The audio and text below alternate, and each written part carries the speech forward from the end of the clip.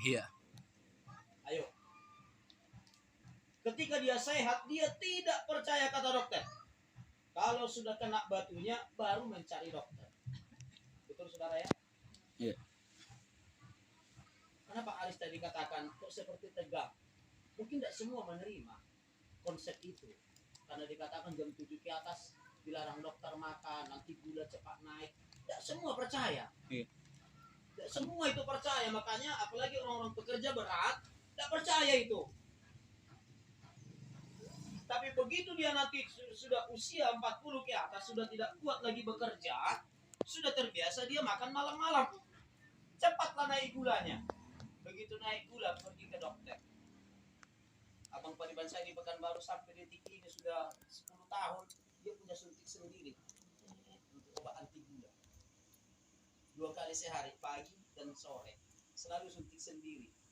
Abang saya yang di Sibolga waktu tinggi gulanya, saya sendiri menyuntikkan begini ya. Mungkin orang-orang sebagian kita pasti pernah melihat itu kalau ada familinya yang ada tinggi penyakit gula. Jadi ini perlu kita pahami saudara, hikmat itu sesuatu wujud, dia berwujud. Amin. Dia berwujud seperti Roh Kudus. Dia berwujud, dia wujudnya itu bisa masuk kepada setiap orang yang membutuhkan dia dan yang mau kerjasama dengan Roh Kudus. Hikmat itu juga diciptakan. Yang mungkin selama ini tidak dibukakan ya. Terkadang dibaca Alkitab itu tapi nggak ngerti, nggak dipahami kalau nggak dijelaskan. Jadi hikmat itu sesuatu yang diciptakan dan itu bisa masuk kepada hidup seseorang, membuat seseorang itu berhikmat dalam menjalani hari-hari hidupnya. Jadi kalau ada orang terus berkelahi, bertengkar aja, itu pasti tidak ada hikmat. Arti hikmat seperti ini saudara, ketika kita mau berkelahi, tentu kita akan berpikir apa dampak dari perkelahian itu. Amin saudara, itulah hikmat itu. Sebenarnya semua orang pasti hikmat itu ingin masuk dalam pikirannya. Tapi manusia itu lebih menuruti emosionalnya. Betul saudara? Ketika kita mau marah, pasti hikmat itu sekilas berkata, jangan. Tapi karena amarah kedagingan, roh iblis yang sudah lebih kuat mendorong kita melakukan hal yang negatif, kalahlah itu hikmat. Karena hikmat itu kan harus mencari Tuhan, artinya apa? Takut akan Tuhan berarti membiasakan diri melakukan kebenaran.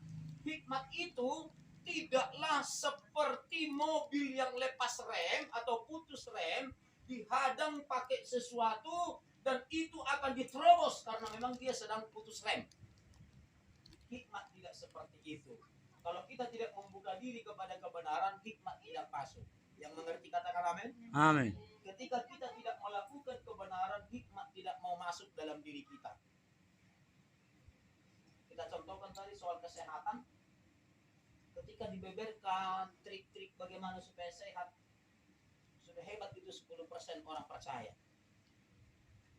Saya sudah hampir 10 tahun saya katakan, 5 tahunan lebih lah. Tidak pernah nambah kalau makan. Yang kujaga saudara apa? Ini kan hikmat itu yang berbicara ke otak saya loh. Hikmat itu bicara ke otak saya. Pendeta itu rata-rata tidak banyak mengeluarkan keringat, ya kan?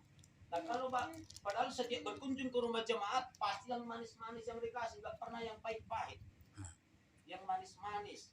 Kalau lagi makan malam, minum yang manis, kerja nggak keringat enggak, lama kelamaan penyakit dengan Charlie Panjaitan beberapa hari yang lalu saya kesana sebelum mertuanya meninggal. Saya marah dengan dia. Saya perhatikan status kalian paling sering kalian makan jam 11, terkadang jam 12 malam. Hati-hati kau Pak Charlie, itu bisa membuat kau pendek umur. Olahraga tidak pernah, badan semakin gemuk, sebentar sesak napas, terus nyetir mobil pakai AC jauh-jauh. Itu membuat orang banyak umurnya pendek. Umur pendek itu tidak selalu karena dosa. Katakan amin. Amin. Tapi karena tidak ada Hikmat. Karena tidak ada hikmat mengatur pola makan dan istirahat, terlalu banyak orang terlambat terus makan karena kerja. Dia bekerja supaya hidup, tetapi dia mati karena pekerjaan. Nah, antara yang dua ini di sini hikmat yang berbicara, saudara. Hikmat berbicara di sini. Waktu muda mengorbankan kesehatan demi uang. Setelah tua mengorbankan uang demi kesehatan, apa gunanya? Di sini hikmat yang bekerja. Bagi yang berhikmat, teruskan dengar firman Tuhan, praktekkan, lakukan firman Tuhan, maka hikmat datang. Karena permulaan hikmat adalah takut akan Tuhan. Takut akan Tuhan. Orang yang tidak mau melakukan firman Tuhan, hikmat tidak mau datang dalam hidupnya. Artinya apa? Karena hikmat tidak ada, itulah maka jadi tidak mau melakukan. Kalau orang sudah ada hikmat dari Tuhan, dia ngerti, dia percaya firman Tuhan. Orang yang tak berhikmat tidak percaya firman. Ya. Contoh kalau sudah dikatakan, umur panjang di tangan kanan, kekayaan di tangan kiri. Lalu di ayat lain dikatakan, Amsal mengatakan orang malas janganlah ia makan. Nah saudara, ada orang maunya berdoa aja, oh dia jangan bekerja tapi makan. Itu hanya bisa dialami oleh pendeta-pendeta yang full timer.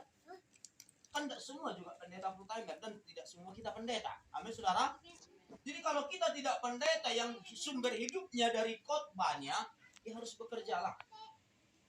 Harus bekerja. Kalau tidak bekerja nggak akan punya duit. Mau Anda 2 puasa sampai meninggal, kalau nggak bekerja nggak dapat duit. Kalau kita bukan selama ini profesi kita sebagai rohaniawan yang hidup melalui tugasnya itu. Harus bekerja. Amin saudara. Mulai zaman Adam Tuhan sudah katakan, hirma hodokmu mangalului, alamamu mangalului ngalu-ngalu. Lalu kita ingin hidup, ingin punya uang, tapi malas bekerja. Maka kita sampai tua, sampai meninggal, tetap akan krisis aja. Lalu orang akan berkata, bujuh dunia marminggu siya tidak absen. Ada itu sebang ekonomi na hubereng nangko oti. Karena apa saudara? Dia lebih rajin ke ibadah daripada bekerja. Padahal di ibadah itu tidak dapat duit. Di ibadah itu kita mendapat hikmat dari Tuhan, supaya kita lewat hikmat itu bagaimana kita menjalani hari-hari kita juga untuk mendapatkan duit. Hikmat itulah yang menuntun kita. Hanya saja kalau sampai ada orang berkata, kau ke gereja kau, bukan dari gereja kau makan. Itu bukan hikmat dari Tuhan, itu hikmat dari setan. Kalau ada di antara kita sore hari ini yang sering berkata begitu, itu hikmat dari setan, bukan hikmat positif, tapi perkataan negatif. Kalau hikmat yang dari Tuhan itu, beribadalah dengan setia, beribadalah katanya senantiasa, jangan tinggalkan ibadah-ibadahmu seperti yang dibiasakan banyak orang, latihlah dirimu beribadah, karena di sana ada hikmat. Jadi sore hari ini judulnya adalah hikmat. Orang yang punya hikmat hidupnya pasti baik. Katakan amin. Orang yang punya hikmat hidupnya sehat. Amin. Orang yang punya hikmat panjang umur. Orang yang punya hikmat ekonominya meningkat. Orang yang punya hikmat rumah tangganya damai sejahtera. Karena hikmat itu diciptakan sepaket tadi dengan keadilan dan kebenaran, satu paket. Tidak ada orang yang melakukan kebenaran tapi nggak berhikmat, nggak ada. Tidak ada orang yang berhikmat tapi tidak melakukan kebenaran. Kira-kira begitu maksudnya ya, kira-kira begitu. Tidak ada orang yang berhikmat tapi nggak lurus jalannya. Atau tidak ada orang yang berjuang lurus jalan hidupnya tapi nggak berhikmat. Itu pasti sepaket yang tiga itu, satu paket itu. Firman Tuhan disampaikan Aris tadi itu satu paket. Jadi ingat saudara, sebelum kita bernyanyi dan menyembah Tuhan, hikmat itu sesuatu yang sudah diciptakan. Dia berbentuk sosok sama seperti Roh Kudus.